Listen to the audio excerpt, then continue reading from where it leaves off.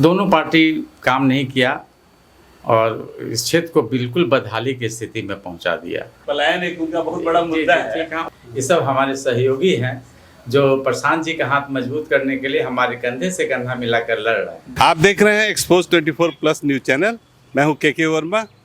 अभी मैं इसी रास्ते से गुजर रहा था क्षेत्र का भ्रमण के लिए, जो चुनावी माहौल है। अचानक मेरी नज़र इस जनसुराज अनिलेश जी थोड़ा सा इधर अपना कैमरा लेके आए आप। 183 कुम्हरार विधानसभा क्षेत्र जनसुराज पार्टी, ये निवेदक इंजीनियर आनंद किशोर दीपक शायद यही प्रत्याशी हैं। हम लोग देखते हैं कि ऑफिस खुला है कि नहीं खुला है। अगर प्रत्याशी होंगे तो उनसे मिलने की भी कोशिश करेंगे, उनसे बात भी करेंगे। आपको आपके लीडर कैसे लगे? बहुत अच्छे, बहुत अच्छे हैं। समाज में इनका बहुत अच्छा, कैसा पहचान है क्षेत्र में? बहुत अच्छा है, बहुत अच्छा है। तो अब हम इनसे मुखातिब होते हैं। जी, हम इन लोग को लीडर नहीं है। हाँ। लीडर तो हमारे प्रशांत जी हैं। ये सब हमारे सहयोगी हैं जो प्रशांत जी का हाथ मजबूत करने के लिए हमारे कंधे से कंधा मिलाकर लड़ रहे हैं। बहुत अच्छी बात आपने कही। आपका ये कहना है कि आपके लीडर एक ही है, एक ही है। उन्हीं के मार्गदर्शन में आप ये जनसुराज पार्टी जी चला रहे हैं। जनसुराज पार्टी को आप सहयोग दे रहे हैं। जी। तो आप जनसुराज पार्टी को ही क्यों आपने चुना? हाँ, ये कैसे आपको इंस्पायर कैसे हुआ? देखिए, 30-35 साल से बिहार राज्य में दो पार्टियां राज की। दोनों पार्टी काम नहीं किया और इस क्षेत्र को बिल्कुल बदहाली की स्थिति में पहुंचा दिया। और हम लोग पॉलिटिकल नहीं होते ही भी एक चीज़ देखे कि आज भी हम ठगा के ठगा महसूस कर रहे थे, तो सोचे कि क्यों नहीं जो है सो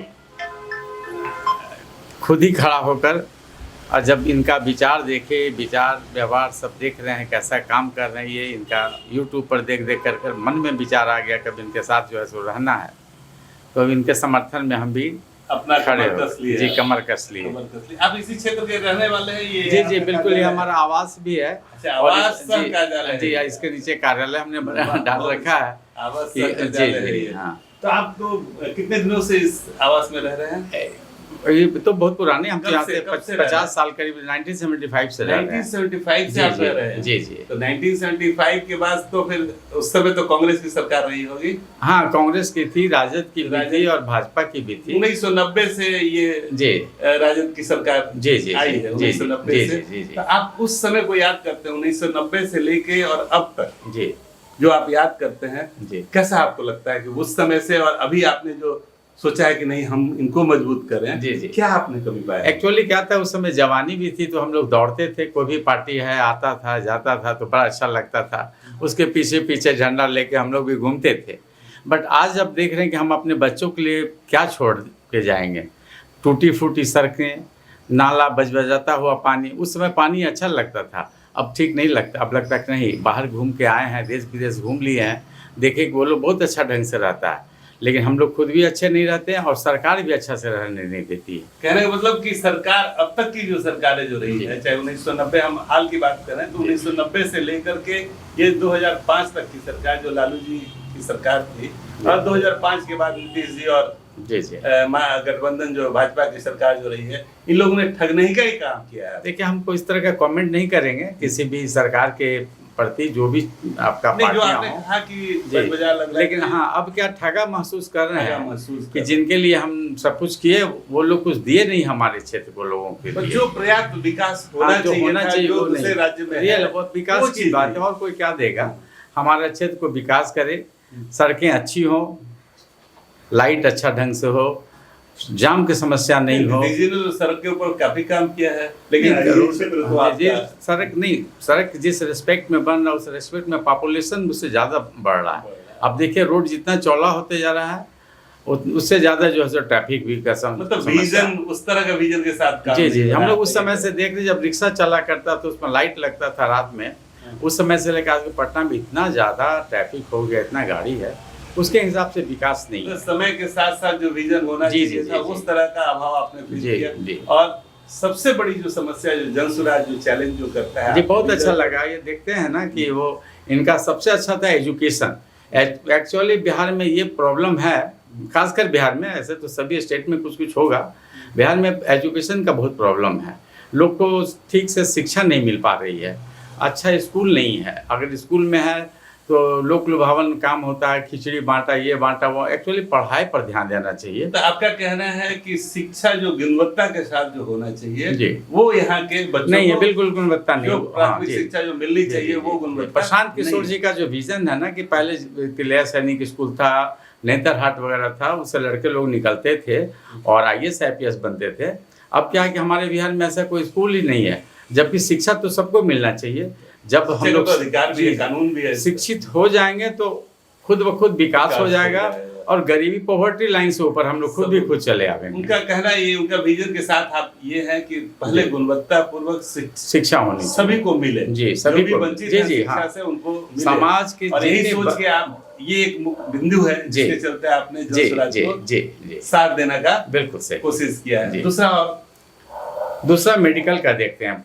स्वास्थ्य। जी, स्वास्थ्य का ये बहुत बड़ा समस्या अभी हमारे देश में आ गया है कि गरीब लोग इसमें ज़्यादा पिस रहा है।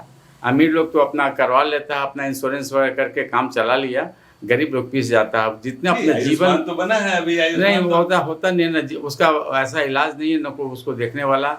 वो ये लोग क्या कर, इसको हम समझते हैं कि जैसा कि आपके लीडर का कहना है और जैसा हम जी, जी, समझते जी। हैं, आयुष्मान बना देने से नहीं, शिक्षित अगर नहीं होंगे लोग तो आयुष्मान की तरफ जाएंगे कैसे? राइट, बिल्कुल सही कहा ये सर, आप तो शिक्षा हमसे के ज्यादा साथ- सबके जान रहे हैं। सही बात है। जी, जो जी। आपका मतलब जी, उनका जो हाँ। विजन यही है कि जी, पहले जी। शिक्षित होंगे तभी हाँ, तो आयुष्मान तभी के तो बारे में भी जी, जी, जानेंगे। तभी उसके तरफ जाके जाएंगे। जी, बिल्कुल सही आपका ये कहना है। और कोई बिंदु जन स्वराज के बारे में हमने सुना है कि 4-5 बिंदु काफी वो जी, जी, जी, जी, ये है बिल्कुल। उसमें बिल्कुल, एक तो क्या देख रहे हैं, हम लोग देख रहे हैं अभी जो मीटिंग वीटिंग भी की है, तो देख लेते बहुत सारे लोग 30 साल, 32 साल, 45 साल का आज भी अनएम्प्लॉयड हैं। अब बेरोजगारी। बेरोजगारी है और सरकार उनको कुछ ये नहीं कर रही है। ठीक है, जो खुद अपने तैयार होकर कुछ बन गए तो बन गए, बट सरकार को देखना चाहिए कि जो लोग उम्र को पार कर रहे हैं, जो अब कंपटीशन देने लायक नहीं है, उनको कुछ रोजगार दें, उनको कुछ ऐसा काम में ठेलें ताकि वो अपना काम 2 पैसा कमा सके, आत्मनिर्भर हो सके। तो ये तो बहुत अच्छा था, उसमें वो बताए कि हम लोग सबको रोजगार देंगे, जरूरी नहीं कि सरकारी। जी, और रोजगार देंगे, मतलब अपने ऊपर आत्मनिर्भर जी, लोग अपने ऊपर एजुकेशन में भी तो वो चीज़ का एक पार्ट है। अगर वो हो जाएगा तो वो आदमी स्किल्ड हो जाएगा तो कुछ भी कर सकता है, वो कमा सकता है। जो युवा है जी, जिसको अवसर नहीं मिल रहा है, पढ़ के भी वो जी, बिल्कुल, बेरोजगार है, बिल्कुल। उसके लिए उन्होंने जी, सोच जी, के रखा है कि जी। कम से कम अपने ही बिहार की धरती पे जी, उनको जी। रोजगार मुहैया जी। कराएंगे, यही आपका कहना है। जी, जी। और उनका सबसे अच्छा है, हमको जो लगा कि बुजुर्गों को 60 साल के ऊपर में जितने बुजुर्ग हैं उनको 2000 रुपये मासिक अगर मिल जाता है तो बहुत सपोर्ट होगा। बिल्कुल, ये तो बहुत बड़ी अच्छी चीज़ सोच है जी। और उसमें दिव्यांग भी आते हैं, बुजुर्गों भी आते हैं, ये बहुत अच्छी सोच है। मतलब उनके लिए ये एक सहायता राशि जी, है, जी, जी, बिल्कुल। 2000 रुपए की सभी को मिले। जी, सभी को मिले। और एक है सही बात है, जब बुजुर्ग हैं, अब जी। जब बुजुर्ग होने के बाद बच्चे ही उनके यहाँ नहीं हैं, जी। बच्चे सब हाँ, बाहर चले रोजगार गए के हैं। लिए जी, जी, हाँ। पलायन एक उनका बहुत बड़ा जी, मुद्दा जी, है। ठीक है। वो दूसरे अपने बच्चे के मुंह देखते रहते हैं, कितना पैसा भेजा, क्या